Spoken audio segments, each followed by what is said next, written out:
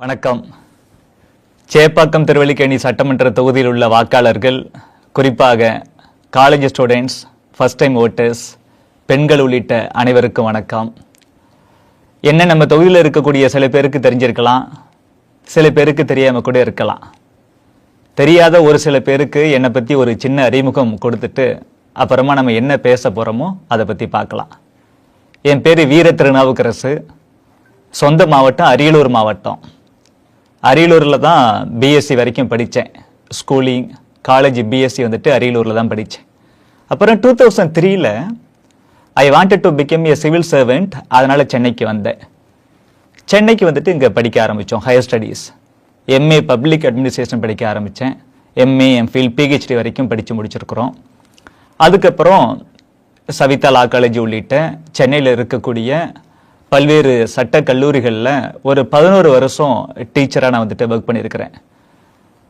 Assistant professor of political science 11 வருஷம் work பண்ணேன். Work பண்ணிட்டு இப்போ லாஸ்ட் 3 இயர்ஸாக ஃபுல் டைமாக பிஜேபியில் ஒர்க் பண்ணிட்டு இருக்கிறேன். பிஜேபியில் இருக்கக்கூடிய இளைஞர் அணியில் மாவட்ட பொதுச் செயலாளர் அப்படிங்கிற பொறுப்பில் இருந்து இன்னைக்கு இளைஞர் அணி, மகளிர் அணி போல பிஜேபியில் ஓபிசி அணின்னு ஒரு அணி இருக்கு. ஓபிசின்னா இந்த பிசி எம்பிசி மக்கள்லாம் இருக்கிறாங்களே, நம்ம ஸ்டேட்டில் பிசி எம்பிசி டிஎன்சி இப்படிலாம் சொல்லுவோம். நேஷனல் லெவலில் சென்ட்ரல் லெவலில் போகும்போது எல்லாமே ஓபிசின்னு சொல்லுவாங்க. ஓபிசின்னு ஒரு அணி இருக்கு. அந்த அணியோட மாநில தலைவராக பாரதிய ஜனதா கட்சி ஒரு பொறுப்பு கொடுத்து என்னை வேலை பார்க்க சொல்லியிருக்கிறாங்க. வேலை பார்த்துட்டு இருக்கிறோம். 2003 நம்ம சேப்பாக்கம் திருவல்லிக்கேணி எனக்கு ரொம்ப பரிச்சயம். தொடர்ந்து ஒரு 23 ஆண்டுகளாக சேப்பாக்கம் திருவல்லிக்கேணியில் நான் அரசியல் பணி பார்த்துட்டு இருக்கிறேன். சேப்பாக்கம் திருவல்லிக்கேணி தொகுதிங்கிறது எப்படிப்பட்ட தொகுதி, அங்கே உள்ள மக்கள் எப்படிப்பட்ட மக்கள், அங்கே இருக்கக்கூடிய ஜியோகிராஃபி எப்படி, அங்கே இருக்கக்கூடிய டெமோகிராஃபி எப்படி, இந்த மாதிரி விஷயங்கள்லாம் எனக்கு கிட்டத்தட்ட அத்துப்படி நல்லா தெரியும். நம்ம சேப்பாக்கம் திருவல்லிக்கேணியில் எத்தனையோ பேர் எம்எல்ஏக்கெல்லாம் வந்திருக்கிறாங்க. திமுக சார்பிலேயே எத்தனை பேர் வந்திருக்கிறாங்க. அதில் கொஞ்சம் சாதாரண ஆட்கள்லாம் விட்டுருவோமே. இன்னைக்கு சேப்பாக்கம் திருவல்லிக்கேணி ஒரே சட்டமன்ற தொகுதியாக இருக்குது. கொஞ்ச நாளைக்கு முன்னாடி வரைக்கும், சில வருடங்களுக்கு முன்னாடி வரைக்கும் பார்த்தோம்னா சேப்பாக்கம் தனியாகவும் திருவல்லிக்கேணி தனியாகவும் இருந்துச்சு. சேப்பாக்கம் தொகுதியில் போட்டி போட்டு ஜெயிச்சு எம்எல்ஏ ஆகி முதலமைச்சராகவே இருந்தார் ஐயா கலைஞர் கருணாநிதி அவர்கள். சேப்பாக்கத்தில் போட்டி போட்டு ஜெயிச்சு எம்எல்ஏ ஆகி முதலமைச்சர். இப்ப பாருங்க, ஐயா கலைஞரோட பேரன் திரு உதயநிதி ஸ்டாலின் அவர்கள் 2021 எம்எல்ஏ எலெக்ஷனில் நம்ம சேப்பாக்கம் திருவல்லிக்கேணி சட்டமன்ற தொகுதியில் கேண்டேட்டா நின்று ஜெயிச்சு எம்எல்ஏ ஆகி உடனே கொஞ்சம் வருஷத்துலேயே மினிஸ்டர் ஆகி அதுக்கப்புறம் கொஞ்ச நாள்லேயே பார்த்தோம்னா டெபுட்டி சிஎம், துணை முதலமைச்சராக இருக்கிறார். திமுக சார்பில் அண்ணன் அன்பழகன் உள்ளிட்ட எத்தனையோ பேர் எம்எல்ஏக்கள் ஆயிருக்கிறாங்க சேப்பாக்கம் திருவல்லிக்கேணியில். அவங்கள பற்றிலாம் நான் பேசலை.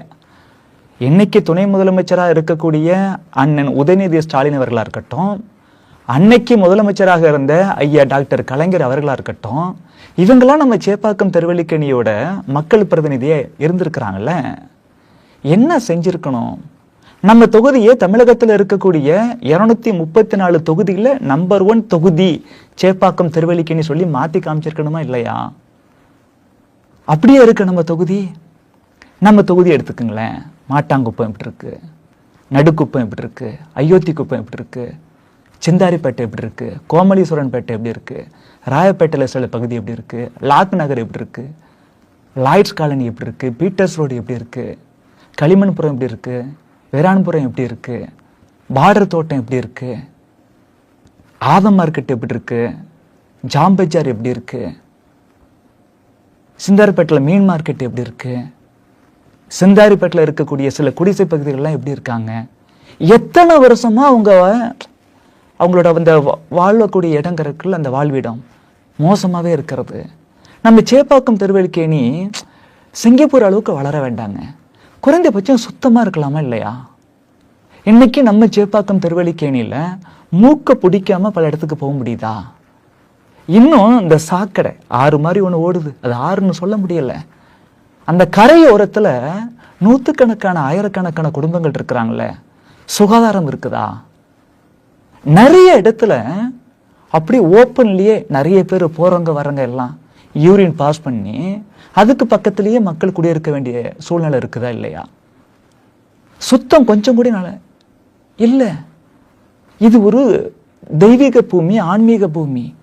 நம்ம பார்த்த சாரதி இருக்கக்கூடிய இடம் நம்ம சேப்பாக்கம் திருவல்லிக்கேணி. நம்ம திருவெட்டீஸ்வரர் இருக்கக்கூடிய இடம் நம்ம சேப்பாக்கம் திருவல்லிக்கேணி. நம்ம கோமலீஸ்வரர் இருக்கக்கூடிய இடம் நம்ம சேப்பாக்கம் திருவல்லிக்கேணி. இன்னைக்கு விநாயகர் சதுர்த்தி தமிழகம் முழுவதும் லட்சக்கணக்கான இடத்துல கொண்டாடுறமே. முதல்ல பெரிய விநாயகர் நம்ம சேப்பாக்கம் திருவல்லிக்கேணி சட்டமன்ற தொகுதியில் தான் பிரதிஷ்டை செய்யப்பட்டு விநாயகர் சதுர்த்தியை கொண்டாட ஆரம்பிச்சோம். நம்ம சேப்பாக்கம் திருவல்லிக்கேணி தொகுதியில தொடர்ந்ததுனால தான் இன்னைக்கு தமிழகம் முழுவதும் இன்னைக்கு விநாயகர் சதுர்த்திங்கிறது எந்த அளவுக்கு சிறப்பா வந்திருக்குது. மகாகவி பாரதியார் வாழ்ந்த இடம் நம்ம சேப்பாக்கம் திருவல்லிக்கேணி. கிருபானந்த வாரியார் வாழ்ந்த இடம். மிகப்பெரிய மகான்கள், சித்தர்கள், புத்தர்கள், ஆன்மீக ஞானிகள், அவ்வளவு பெரிய தலைவர்கள் இருந்த இடம். குறைந்தபட்சம் சுத்தமா இருக்க வேண்டாமா சார்? மாணவர்களே, இளைஞர்களே, கொஞ்சம் யோசிச்சு பாருங்களேன். சிஎம்மும் தமிழ்நாட்டோட சிஎம்மும் சேப்பாக்கம் திருவல்லிக்கேணியில அவரும் எம்எல்ஏவா இருந்திருக்காரு. இன்னைக்கு டெபுட்டி சிஎம்மா இருக்கக்கூடிய உதயநிதி அவர்களும் நம்ம சேப்பாக்கம் திருவல்லிக்கேணியில இருக்காங்க. சோழிங்கநல்லூர் போல பெரிய தொகுதியெல்லாம் கிடையாது நம்ம சேப்பாக்கம் திருவல்லிக்கேணி. ரொம்ப சின்ன தொகுதி. இந்த சின்ன தொகுதியில திமுக நண்பர்களே, நீங்க சின்னவர்னு சொல்லக்கூடிய அண்ணன் உதயநிதி ஸ்டாலின் அவர்கள் டெபுட்டி சிஎம்மா இருந்தும் கூட இந்த சின்ன தொகுதியை மேம்படுத்த முடியலன்னா எப்பத்தான் யாரு தான் அதை மேம்படுத்த முடியும்? திமுக வேற யாரால தான் மேம்படுத்த முடியும்? இப்போ வேற யாராச்சும், நான் ஏற்கனவே சொல்லியிருக்கிறேன், ஐயா கருணாநிதி அவர்களா இருக்கட்டும், அண்ணன் உதயநிதி அவர்களா இருக்கட்டும், இவங்க 2 பேரை தவிர எத்தனையோ பேர் திமுக சார்பிலேயே எம்எல்ஏக்கள் இருந்திருக்கிறாங்க. அவங்கள பத்திலாம் நம்ம பேசல. ஏன்னா நான் வெறும் எம்எல்ஏ, நம்மளால என்ன பண்ணிட முடியும் அப்படி சொல்லி எஸ்கேப் ஆகலாம்.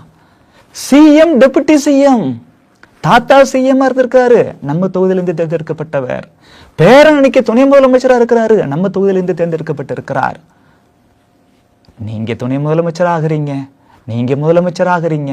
ஆனா எங்க சேப்பாக்கம் திருவல்லிக்கேணி தொகுதியில் வாழக்கூடிய நாங்க மட்டும் அப்படியே இருக்கணுமா?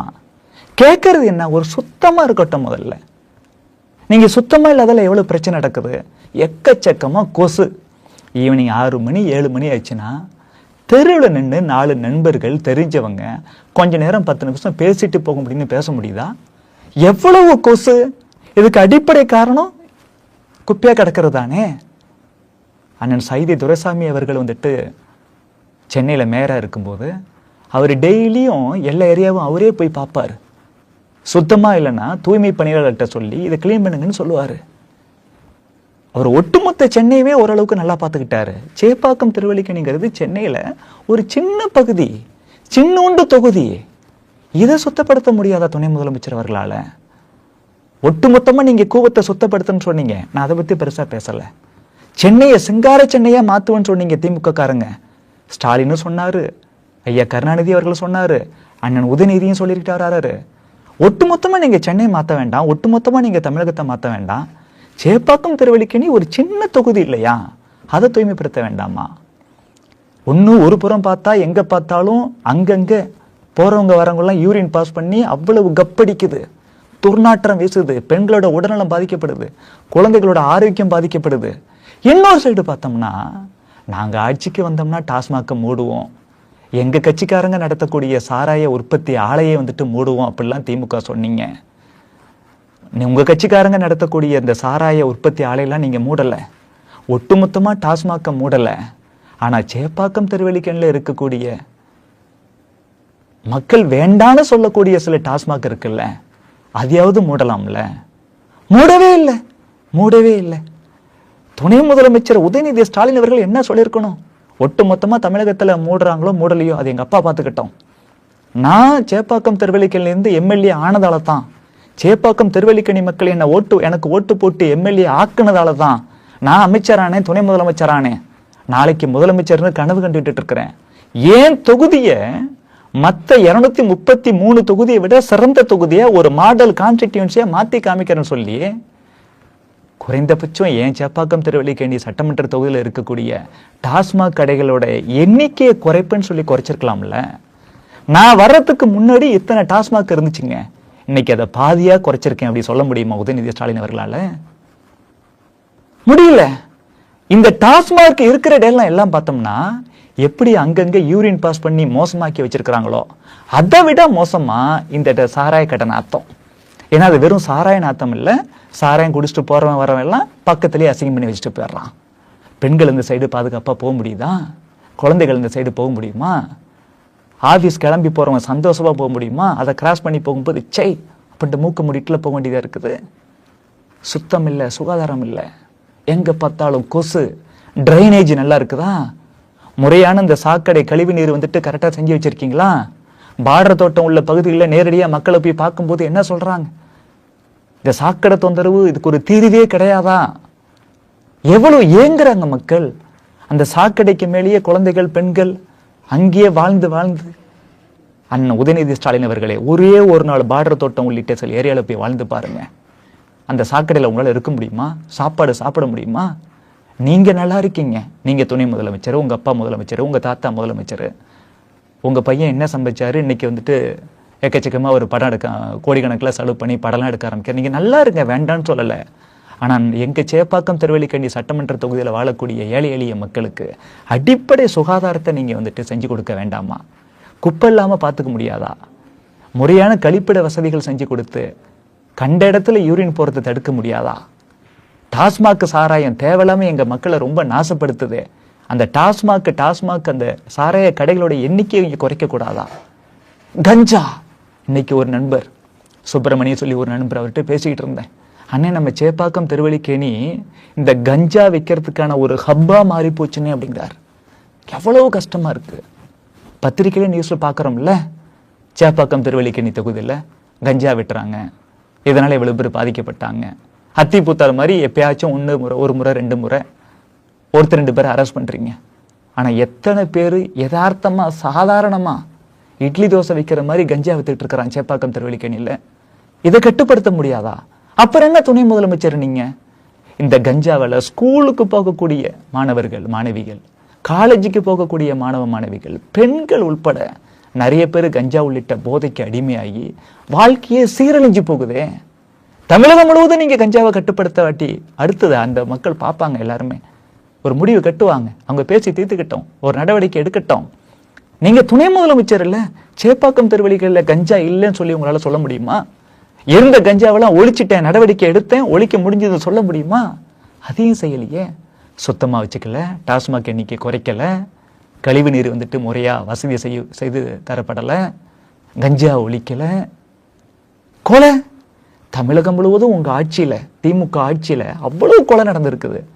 சரிங்க, தமிழகத்துல மற்ற இடத்துல நடக்குதுங்க, ஏன் சேப்பாக்கம் திருவல்லிக்கேணி சட்டமன்ற தொகுதியில் நான் ஒரு கொலை கூட நடக்க விடலைங்க அப்படின்னு உதயநிதி அவர்களே உங்களால் சொல்ல முடியுமா? 2022 சேப்பாக்கத்தில் பாலசந்தர்னு ஒரு 31 வயசுள்ள ஒரு இளைஞர், அவரை வெட்டி கொண்டுட்டாங்க. 2023 ஒரு கொலை, 2024 கொலை, 2025 இப்போ 2025 ஜனவரி மாதம் நினைக்கிறேன், இங்கே கிருஷ்ணாம்பேட்டையில், திருவல்லிக்கேணியில் கிருஷ்ணாம்பேட்டையில் வெறும் 24 வயதான ஒரு இளைஞர், பாக்ஸர், 24 வயசு பையன், அவனை வெட்டி கொண்டுட்டாங்க. சேப்பாக்கம் திருவல்லிக்கேணியில் கொலைக்கும் பஞ்சம் இல்லை. கொள்ளை எவ்வளவு வழிப்பறி நடக்குது சேப்பாக்கம் திருவல்லிக்கேணியில், எவ்வளவு திருட்டு நடக்குது, அதையும் தடுக்கலை. கொலையை தடுக்கலை, கொள்ளையை தடுக்கலை, பெண்களுக்கு பாதுகாப்பு இல்லை, கஞ்சா உள்ளிட்ட போதைப் பொருட்களை கட்டுப்படுத்தலை, டாஸ்மாக்கு அந்த சாராய கடைகளோட எண்ணிக்கையை குறைக்கலை, சுத்தமாக வச்சுக்கல, சுகாதாரம் இல்லை, முறையான கழிவுநீர் வசதி இல்லை. குடிநீர் வசதி உண்டா? குடிநீர் வசதி உண்டா? நடுக்குப்பம் பகுதியாக இருக்கட்டும், அயோத்தி குப்பமாக இருக்கட்டும், மாட்டாங்குப்பமாக இருக்கட்டும், லாக் நகராக இருக்கட்டும், சிந்தாரிப்பேட்டில் இருக்கக்கூடிய சில குடிசை பகுதியாக இருக்கட்டும், களிமண்புரமாக இருக்கட்டும், பார்டர் தோட்டமாக இருக்கட்டும், லாக் நகராக இருக்கட்டும், இங்கெல்லாம் மக்களுக்கு குடிநீர் வசதி செஞ்சு கொடுத்துருக்கீங்களா? பிரதமர் நரேந்திர மோடி அவர்கள் ஜல்ஜீவன் திட்டம் சொல்லி நாடு முழுவதும் கிராமப்புறங்கள் இருக்கக்கூடிய ஒவ்வொரு வீட்டுக்கும் வீட்டுக்கு வெளியில, ஒவ்வொரு வீட்டுக்கு வெளியில டேப் வாட்டர் கனெக்ஷன் கொடுத்துருக்காருல. சேப்பாக்கம் திருவல்லிக்கேணி ஒரு சின்ன தொகுதி தானே. துணை முதலமைச்சர் உதயநிதி ஸ்டாலின் அவர்களே, சேப்பாக்கம் திருவல்லிக்கேணியில் இருக்கக்கூடிய குடிசையோ கோபுரமோ ஒவ்வொரு வீட்டுக்கும் அந்த வீட்டு வாசப்படியில் நான் குடிநீர் குழாய் கொடுத்துருக்கிறேன், இந்த கனெக்ஷன் கொடுத்துருக்கிறேன், டேப் வாட்டர் கனெக்ஷன் கொடுத்துருக்கிறேன் அப்படின்னு நீங்கள் நேரம் உறுதி செஞ்சுருக்க வேண்டாமா? 5 வருஷமா என்னத்தான் சார் பண்ணீங்க? என்னத்தான் பண்ணீங்க? உங்களுக்கு பிடிச்சவங்களுக்காக நீங்கள் வந்துட்டு கார் ரேஸ் நடத்துறீங்கன்னு சொல்லி விமர்சனம் வருது. உங்களுக்கு பிடிச்சதுக்காக எதனாலும் என்னென்னமோ செய்கிறீங்க. ஆனால் மக்களுக்கு தேவையான அடிப்படை விஷயமே செஞ்சு கொடுக்க மாட்டேன்றீங்க. நீட் எக்ஸாமை ஒழிப்புன்னு சொல்லிங்க, உங்களால் ஒழிக்க முடியல. ஏன்னா சுப்ரீம் கோர்ட் ஜட்ஜ்மெண்ட் அது ஒழிக்க முடியாது.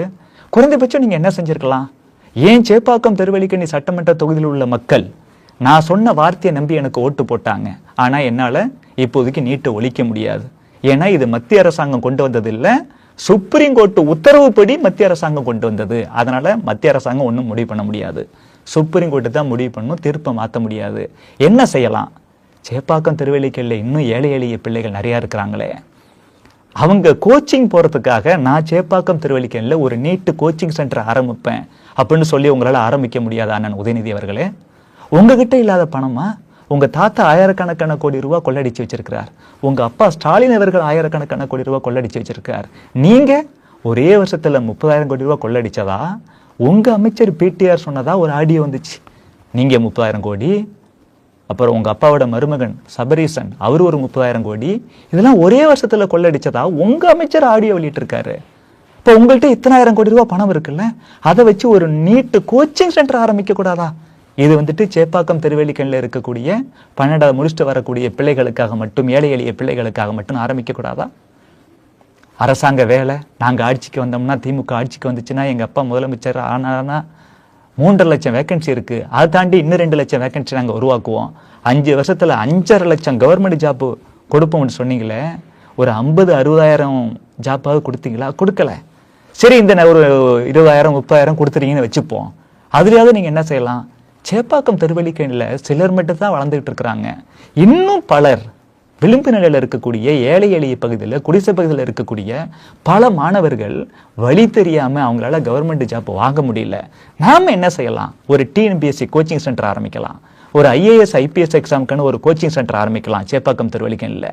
இந்த தொகுதியில் உள்ள பிள்ளைகளை வந்துட்டு இலவசமாக படிக்கட்டும், அதுலேருந்து ஒரு 4 பேர் கவர்மெண்ட் ஜாப்புக்கு போகட்டும் அப்படின்னு ஏற்பாடு பண்ணியிருக்கலாம்ல.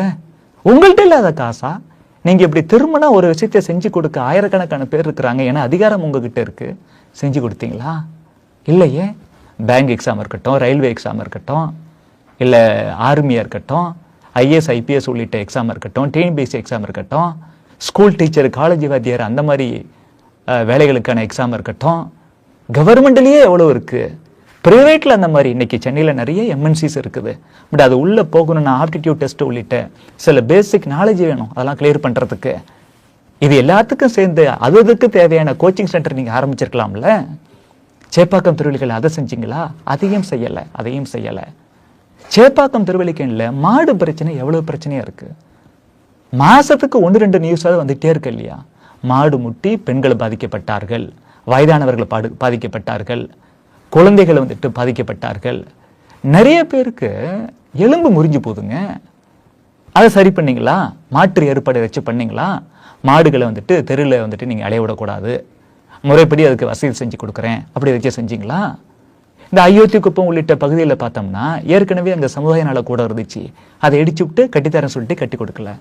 வாரிசு வீடுகள் கட்டி கொடுக்குறோன்னு சொன்னீங்க, கட்டி கொடுத்தீங்களா? கட்டி கொடுக்கல. அங்கே லைப்ரரி இருந்துச்சு, லைப்ரரி கூட உங்களால் கட்டி கொடுக்க முடியல. நடுக்குப்பம் பகுதியில் இந்த மீன் மார்க்கெட் எப்படி இருக்கு? ஹைஜீனிக்காக இருக்க வேண்டாமா? இப்போ சிங்கப்பூர் உள்ளிட்ட நாடுகள்லாம் போனோம்னா அசைவம் வாங்குறதுக்கு அங்கே போய் மீன் உள்ளிட்ட பொருட்கள்லாம் வாங்கும் பொழுது அந்த இடம் எவ்வளோ சூப்பராக இருக்கிறத எல்லாம் சொல்கிறாங்க. அப்போ நீங்கள் என்ன செஞ்சுருக்கணும்? நடுக்குப்பத்தில் இருக்கக்கூடிய மீன் மார்க்கெட்டாக இருக்கட்டும், சிந்தாரிப்பேட்டில் இருக்கக்கூடிய மீன் மார்க்கெட்டாக இருக்கட்டும், அதெல்லாம் சர்வதேச தரத்தில் உயர்த்திருக்க வேண்டாமா? ராயப்பேட்டை ஹாஸ்பிட்டல் எவ்வளோ மோசமாக இருக்குது. நல்லா போகிறவங்க கூட உள்ளே போயிட்டு யாராச்சும் பேஷண்ட்டை பார்த்துட்டு வெளில வந்தானா அவனும் பேஷண்ட்டாக மாறிடுவான். சுகாதாரமே கிடையாது. பீட்டர்ஸ் ரோடு எப்படி இருக்கு? குப்பை இல்லாமல் இருக்குதா? லாய்ட்ஸ் ரோடு நல்லா இருக்குதா? பெல்ஸ் ரோடு நல்லா இருக்குதா? பெல்ஸ் ரோட்ல கோஸ் ஹாஸ்பிட்டல் நல்லா இருக்குதா? அந்த Victoria hostel Bells road, sorry Victoria hostel Gosha hospital இடையில வந்துட்டு விக்டோரியா ஹாஸ்டல் ரோடுனே போகுதுல ஸ்டேடியத்துக்கு, அது எப்படி இருக்கு? சுத்தமா இருக்குதா? எதுதான் சுத்தமா இருக்குது? நீட்னஸ்ங்கிறது கொஞ்சம் கூட கிடையாது.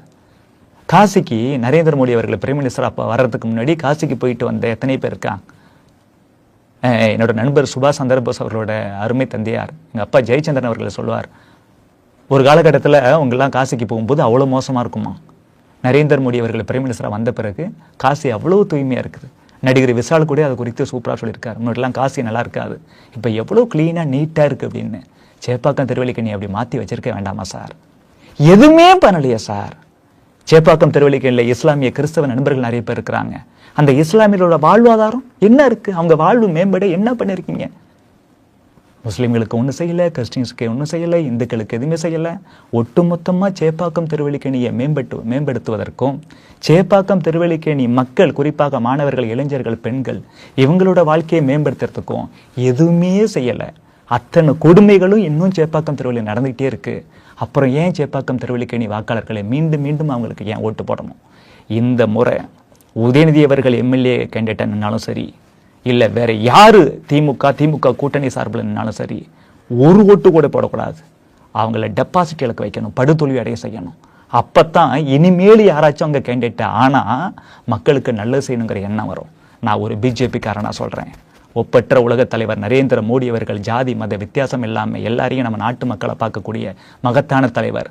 அவரோட ஆதரவு பெற்ற வேட்பாளர் யாருன்னாலும் அவருக்கு அதிகப்படியான ஓட்டுகள் போட்டு பெருவாரியான வாக்குகள் வித்தியாசத்தில் ஜெயிக்க வைங்க. நம்ம சேப்பாக்கம் திருவல்லிக்கேணி சட்டமன்ற தொகுதி ஒரு சிறந்த பகுதியாக மாறும். நம்ம மக்கள், குறிப்பாக மாணவர்கள், இளைஞர்கள், பெண்கள் உள்ளிட்ட அனைவருடைய வாழ்வும் மேம்படும். நன்றி.